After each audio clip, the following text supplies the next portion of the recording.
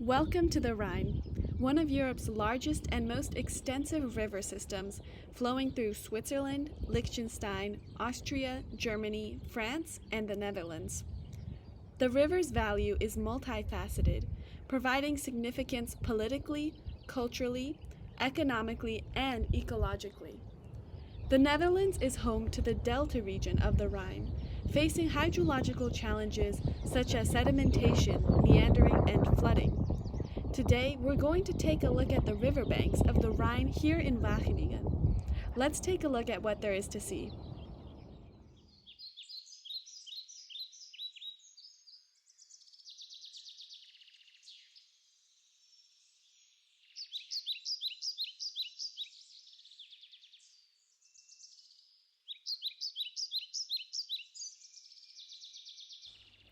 We've arrived here at the recreational section of the Rhine, also known as Wageningense Beach. Many Wageningen residents come here in the warmer seasons to relax and take a swim. You can see here the vast fields and relatively unobstructed views that make this riverside as beautiful as it is.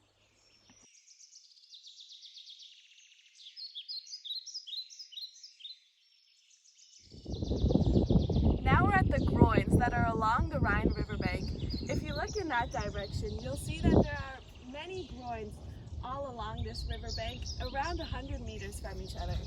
These groins serve the purpose of maintaining the depth in the middle of the Rhine River. And maintaining this depth is important because the Rhine is used for many large ships to transport trading goods. Now, as you can see, preceding the groins over to the far left, we see a sandbank, and this is evidence of fluvial deposits. Sand has a larger fine sediment fraction, and therefore when the velocity is lower, these particles are deposited. If we come a little more further, this here is evidence of bank erosion through a slope and a ridge created. The soil material further upwards loses its sand content a little bit, though it's still very sandy.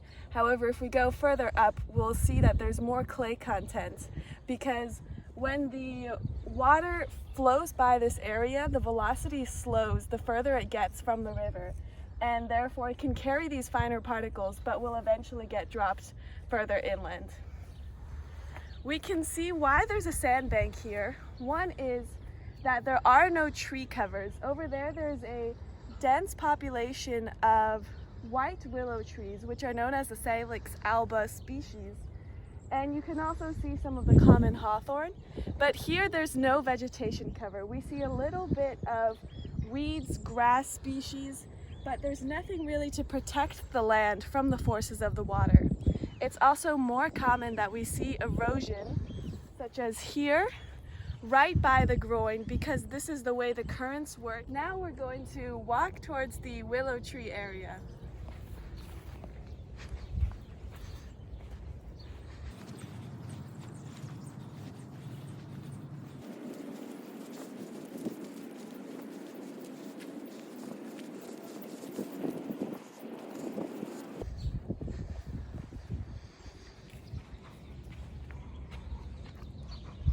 So these are the species of Salix alba, which are colloquially known as the white willow trees.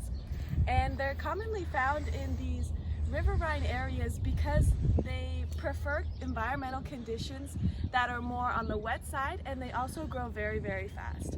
This is beneficial for this situation because you can quickly utilize their extensive root system, which will protect the soil here and prevent bank erosion. You can also see, if you come a little further, the land here is protruding more than the land over there in the sandbank. This shows evidence that these trees do have a positive effect on protecting the riverbank, and in this way we can also maintain the shape that the river is currently in avoiding the natural changes such as meandering, and this makes it easier for land planning, city planning, and also maintaining the current land use.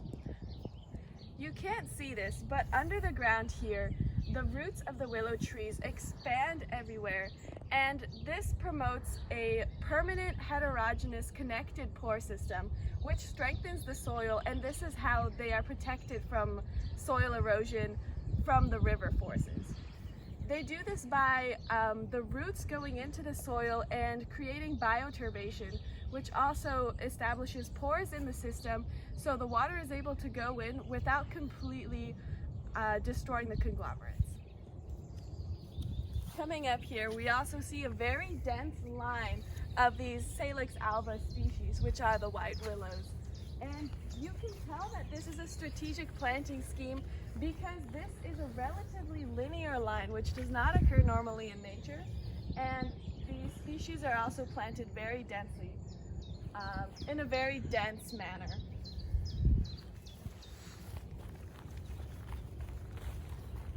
If you come closer, you can also see that this line, this tree line, is also parallel to the riverbank. So it does indicate that the purpose was to protect the bank specifically from the forces of the river.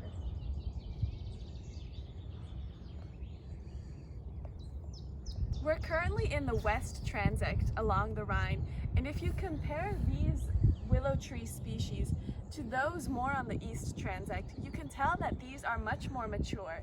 They're larger and have a way more expansive branch coverage and canopy.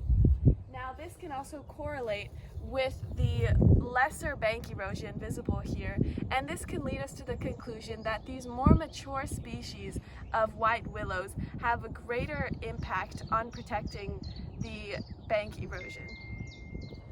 Here you see another line of defense for bank erosion, which is this line of reed mannagrass weed species that are planted just a little bit beyond the actual bank itself.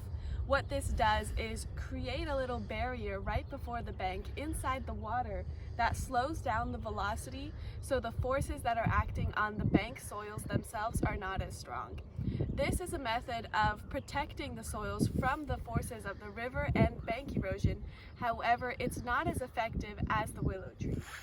You can see this because the slope of the bank here is much greater than the slope that is created on the banks that have willow trees as their support system. Now you might ask the question, why aren't willow trees planted along every section of the Rhine if they're proven to be the most effective bank erosion prevention method? Well, this is also a situation of limited resources and also necessity. We can observe that bank erosion also as a process in and of itself is not equal in all of these bays. Maybe in this bay here, it's not as strong as a problem than in the other one, so it's not necessary to create an entire line of willow trees. However, you can still see that there are spots where there are conglomerates of willow trees, and maybe these areas are those in which bank erosion is stronger and a problem.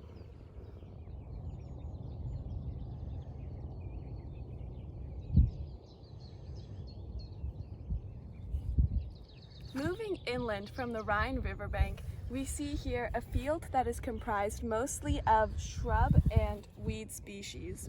The fields here are characterized by seasonal flooding from the Rhine, which usually occurs during the months of February and March.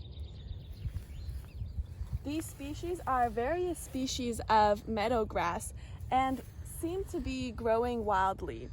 We don't see any evidence of this being a strategic planting scheme because there are quite a variety of species in no particular order. The growth is also very dense, which indicates the soils are a suitable condition for all of these species.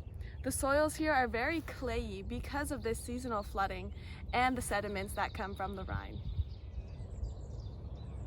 Let's take a closer look at what other species we see here on the riverbanks along the Rhine. We can observe a broad variety of vegetation species in the floodplains of the Rhine riverbank, of which include the Ranunculus acris, Trifolium dubium, Danthonia californica, Rubus idaeus, Trifolium rapens, Achillea millefolium, Vicia cracca, Valus perennis, and Lolium peren. A lot of the species in this floodplain area are these common nettles. They're common in the Netherlands and especially in the wet soils that are typical of floodplain soils. If you touch these nettles, they'll cause irritation to your skin. Now let's travel further down this path and see what else we can find. Here we see again more evidence of bank erosion along the bays in the Rhine. Here we have a bank ridging height of 138 centimeters, which is the greatest height that we've seen along the two transects on this Rhine. These ridges were created by the erosive forces of the water movements, both current and flow, that little by little tear away at the soil particles that are on this bay. We can also see that the vegetation cover here is mostly weed species, which do not have as extensive of a root system as shrubs or trees, and therefore are not as suitable for protecting the soil here. However, we also see that the land use further inland is not necessarily regularly maintained. It's a field of shrubs, although there are some private farms further in the west direction, but we can see that maybe this area was not paid as much attention by the municipality or the Rijkswaterstaat, and therefore resources were not used as much here to protect the bank. Essentially, we've seen various vegetation species and their effects on protecting the riverbank in the Rhine. The three main classes of species that we observed were trees, shrubs, and weed species, all of which had different effects on how they prevent bank erosion. How these different species were chosen for planting depended on land use, necessity, as well as the available resources. Thank you for joining this journey along the Rhine.